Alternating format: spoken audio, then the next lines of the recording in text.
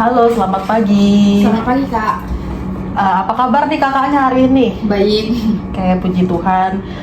Boleh perkenalkan diri? Boleh. Selamat pagi, Kak. Sebelumnya, perkenalkan nama saya Stefani. Kakaknya bisa panggil saya Fani. Usia saya 22 tahun. Saya berasal dari Pontianak, Kalimantan Barat. Nah, untuk tempat tinggal, saya ngekos di Babarsari. Salam kenal ya Kak Fani. Senang bisa bertemu pada hari ini. Iya. Sebelumnya, perkenalkan saya Virginia Regina. Kakak bisa panggil saya Virgi. Saya merupakan salah satu dari tim HRD di perusahaan ini. Kakaknya dalam keadaan sehat kan hari ini? Ya, puji Tuhan sehat. Oke, bisa kita langsung masuk ke interview? Bisa. Kakaknya sudah siap? Sudah. Oke. Jadi di sini saya mau kakak ceritakan tentang pekerjaan pertama kakak. Terus apa yang kakak lakukan untuk mempelajari tugas-tugas yang diberikan? Oke, pengalaman kerja pertama saya itu di divisi finance sih, Kak, di sebuah kafe.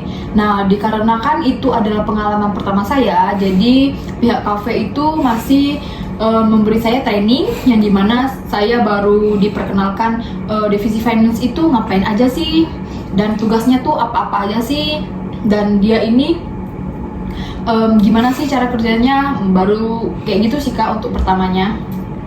Oke, jadi kan tadi perkenalan sedikit ya tentang pekerjaan kakak sebelumnya.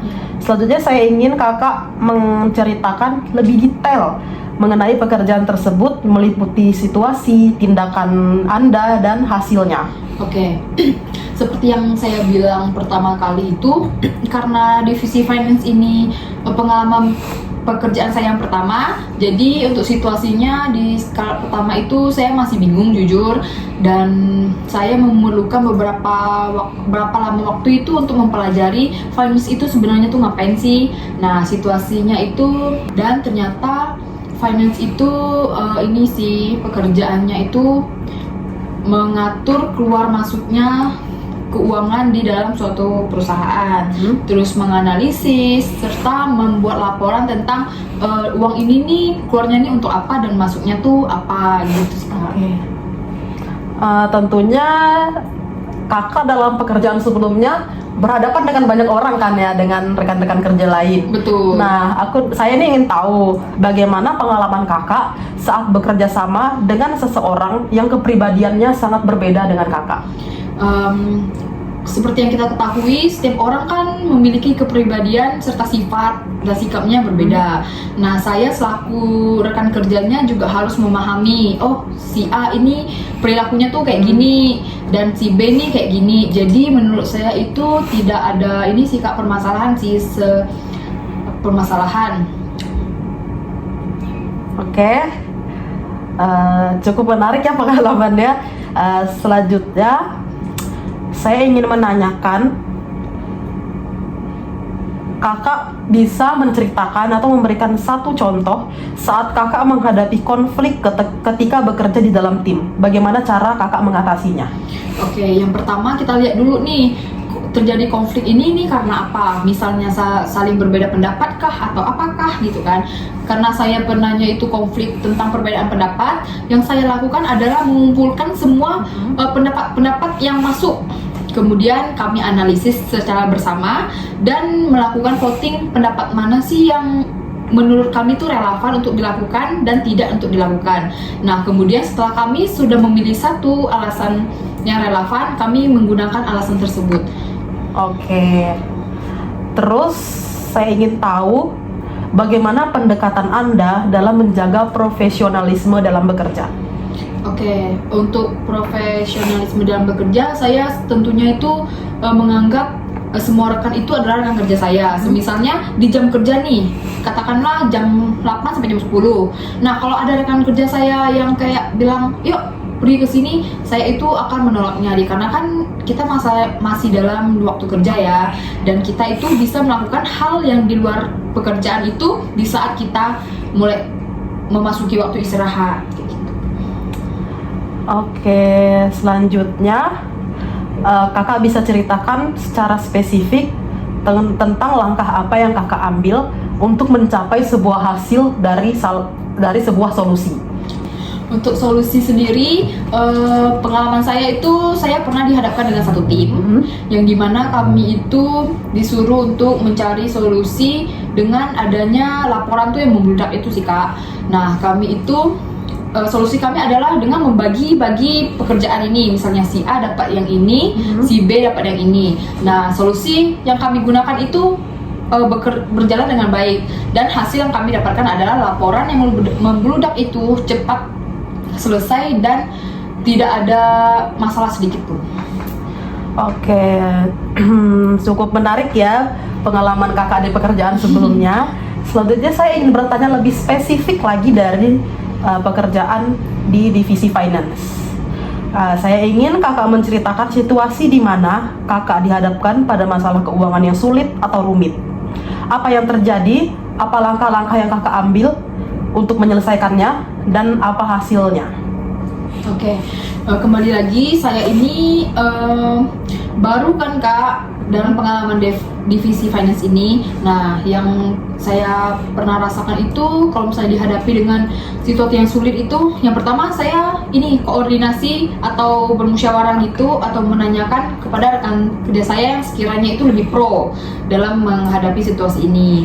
Saya tanya langkah ini tuh seperti apa dan bagaimana. Setelah saya mendapatkan dari rekan saya eksekusi tuh.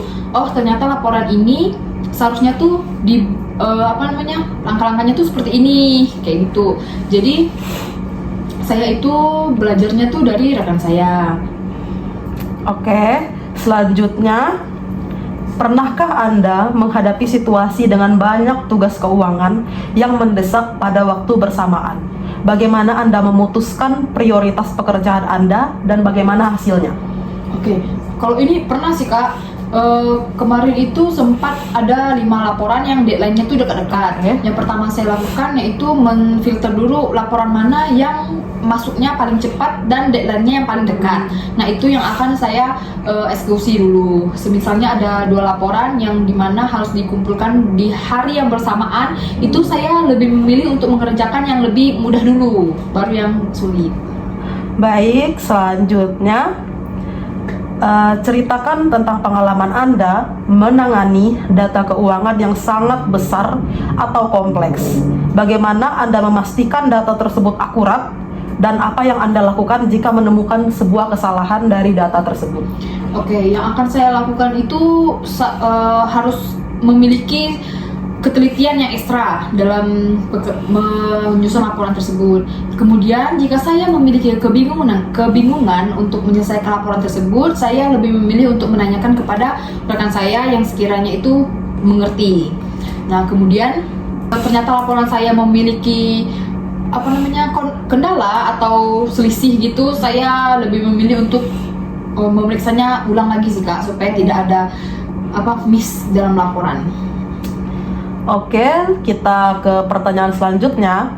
Pernahkah Anda harus membuat keputusan keuangan penting dalam waktu singkat? Bagaimana situasinya? Apa langkah-langkah yang Anda ambil dan apa hasil akhirnya? Oke, untuk pertanyaan ini dikarenakan saya pengalamannya baru sebentar dan baru divisi finance, saya belum pernah menemukan situasi seperti itu sih Kak. Oke, baik. Selanjutnya, ceritakan pengalaman bagaimana kakak bekerja dalam sebuah tim untuk menyelesaikan sebuah tugas keuangan tertentu. Apa peran Anda dalam tim tersebut? Tantangan apa yang Anda hadapi? Dan bagaimana cara Anda berkontribusi untuk menyelesaikannya? Oke, saya pernah memiliki satu tim yang dimana saya sendiri ketuanya. Dan cara saya untuk mengatur tim itu dengan membagi tugas sesuai dengan keahlian mereka. Saya melihat dari rekan-rekan saya, misalnya si A itu ahlinya tuh dalam menganalisis. Nah, saya memberikan pekerjaan tersebut ke mereka. Okay. Terus terkait kendala itu pasti kendala tuh cuma kayak pendapat gitu sih Kak. Nah, balik lagi saya bersama tim itu lebih mengutamakan musyawarah pendapat siapa yang diambil dan kita eksekusinya bersama-sama. Oke. Selanjutnya, ceritakan tentang pengalaman Anda dalam mengusulkan atau mengimplementasikan ide baru untuk meningkatkan efisiensi dalam pengelolaan keuangan. Apa idenya? bagaimana Anda meyakinkan tim dan apa hasilnya?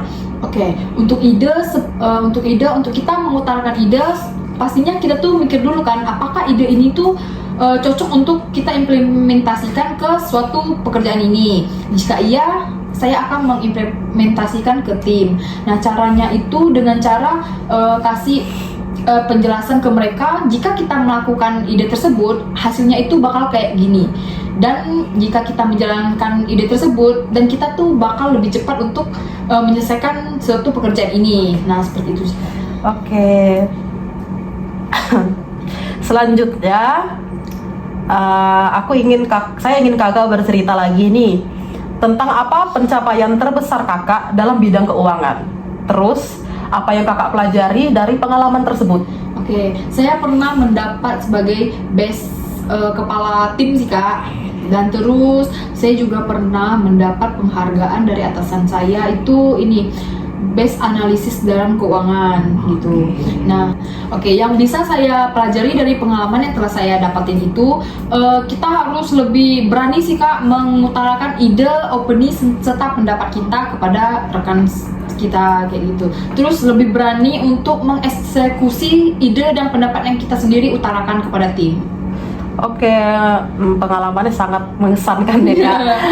Terus coba kakak ceritakan tentang pengalaman kakak dalam berinteraksi dengan klien untuk menyelesaikan masalah terkait keuangan. Bagaimana cara kakak mengelola ekspektasi klien tersebut?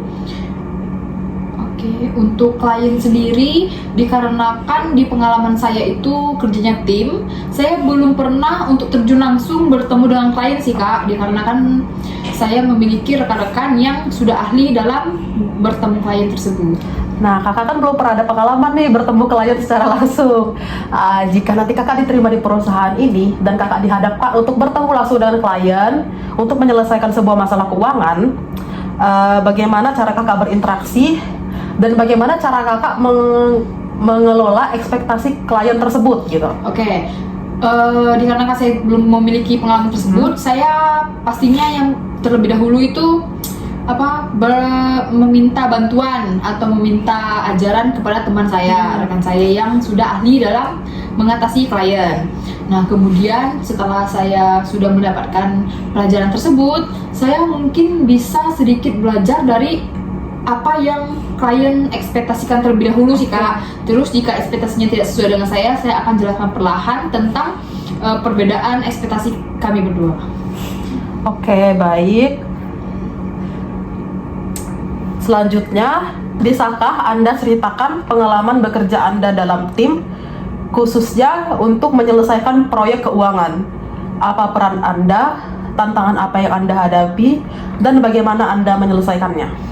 Oke, saya pernah mendapat pengalaman seperti itu kak, dan saya sebagai ketua dari tim. Nah, hal yang pertama saya lakukan adalah merekrut tim yang dimana sekiranya tuh dibutuhkan dalam proyek keuangan tersebut. Misalnya ada tim yang bisa untuk menganalisis, ada tim yang untuk terjun langsung. Nah, saya rekrut dan kemudian tantangan yang saya hadapi itu adalah tantangan perbedaan pendapat antara rekan satu dan rekan lainnya. Dan cara saya untuk mengatasi permasalahan tersebut adalah dengan mengadakan musyawarah atau pengumpulan suara gitu tentang solusi apa sih yang bisa kita ambil untuk menjalankan suatu proyek perusahaan yang kita sedang tangani, seperti itu. Oke, baik. Selanjutnya, coba kakak ceritakan situasi di mana kakak mengusulkan cara baru untuk meningkatkan efisiensi keuangan, bagaimana prosesnya dan apa hasilnya? Oke, kembali lagi, kalau misalnya di tim itu biasanya saya memberikan pendapat yang sekiranya itu lebih efisiensi di dalam waktu. Nah, saya mengusulkan pendapat yang sekiranya bisa membuat rekan-rekan lain itu tidak terbebani antara satu dan yang lainnya. Oke. Saya ingin tahu nih, bisakah Anda menceritakan pengalaman-pengalaman yang Anda ingat mengenai menyelesaikan masalah keuangan yang tidak terduga? Langkah-langkahnya bagaimana, hasil akhirnya, dan apa prioritas Anda saat itu? Oke, untuk pengalaman pekerjaan saya yang pertama ini, saya kebetulan belum pernah menerima ini sih Kak, keuangan yang mendadak itu Oke. sih. Karena di perusahaan saya juga segala sesuatu yang berbentuk tentang keuangan itu secara sistematis dan teratur. Oke. Terus kalau misalkan tiba-tiba Anda dihadapkan dengan situasi tersebut bagaimana? Saya akan menghadapinya dengan sangat baik. Oke, selanjutnya coba ceritakan pengalaman Anda dalam membuat keputusan keuangan penting di bawah tekanan. Bagaimana cara Anda melakukannya dan apa dampaknya pada organisasi atau perusahaan? Oke, kalau misalnya situasi tersebut dihadapkan kepada saya, tentunya jika kita paksakan dengan situasi saya berada di tekanan, itu berdampak pada perusahaan sih Kak. Dampaknya itu adalah seperti laporan keuangannya yang tidak baik, salah-salah terus, dan banyak miss-nya gitulah. Oke, baik. Selanjutnya, coba ceritakan pengalaman Anda dalam menangani beberapa deadline keuangan secara bersamaan. Bagaimana Anda menentukan prioritas dan bagaimana hasil kerja Anda? Oke, yang pertama saya pilah dulu laporan mana sih yang duluan saya terima, dan saya lihat apakah deadline-nya tuh deadline-nya tuh lama atau tidak. Nah, jika deadline-nya bersamaan di hari yang sama, itu saya lebih memilih untuk mengerjakan proyek atau tugas yang lebih mudah dulu Kak. Oke, sebelum mengakhiri interview pada hari ini, apakah ada yang ingin Anda tanyakan kepada kami terkait posisi atau perusahaan ini? Oke Kak, saya penasaran sih apakah perusahaan Kakak ini pernah mengalami naik turun dalam situasi keuangan gitu Kak? Tentunya karena perusahaan kami kebetulan sudah berdiri kurang lebih 20 tahun, jadi tentunya dengan waktu yang selama itu pasti ada jatuh bangunnya masalah keuangan. Tepatnya pada sekitar tahun 2021 sampai 2020 sampai 2021, itu saat pandemi itu perusahaan kami sangat menurun dalam bidang keuangannya. Di situ kami khususnya divisi finance mencoba untuk berdiskusi satu sama lain apa solusi terbaik untuk menghadapi permasalahan ini. Setelah kami berdiskusi, ternyata kami menemukan satu solusi yang terbaik. Setelah itu kami terapkan solusi tersebut, ternyata solusi tersebut ampuh untuk membantu kondisi keuangan kami yang terpuruk saat itu. Seperti itu. Oke, apakah sudah jelas tadi? Dan mungkin ada lagi pertanyaan yang ingin Kakak tanyakan? Ada Kak, mengenai salary sama ini Kak, jam operasional pekerjaan? Oke, tentunya sepertinya mengenai gaji, mungkin gambar gajinya Kakak sudah lihat di pengumuman lowongan pekerjaan kemarin kan? Iya. Nah, itu sama seperti yang kami cantumkan, sekitar 7,3 juta sampai dengan 7,7 juta. Namun di luar itu masih ada mendapatkan tunjangan seperti transportasi karyawan dan juga uang makan karyawan selama berada di kantor atau berada di bawah jam kerja. Selain itu, biasa kami khususnya divisi finance, kebetulan kalau Kakak diterima nanti, setiap bulan di pertengahan tahun kayak bulan Juni sampai Agustus itu tentunya biasa ada lembur Kak. Dalam 3 bulan itu sering sekali lembur, dan tentunya lembur itu akan kami tambahkan bonus seperti itu Kak. Untuk jam kerja ya, seluruh divisi itu sama saja Kak untuk jam operasional bekerjanya. Jadi tidak ada kayak divisi ini pulang duluan, divisi ini jauh lebih malam gitu, nggak ada. Dan jam kerjanya itu mulai dari jam 8.30 pagi sampai dengan jam 18 gitu. Jam 6 sore Kak? Iya. Apakah sudah jelas? Sudah. Oke, kalau gitu kita akhiri interview kita pada hari ini. Terima kasih karena sudah menyempatkan waktu untuk datang, dan semoga apapun hasil dari interview ini tidak mengecewakan Anda. Terima kasih. Terima kasih Kak.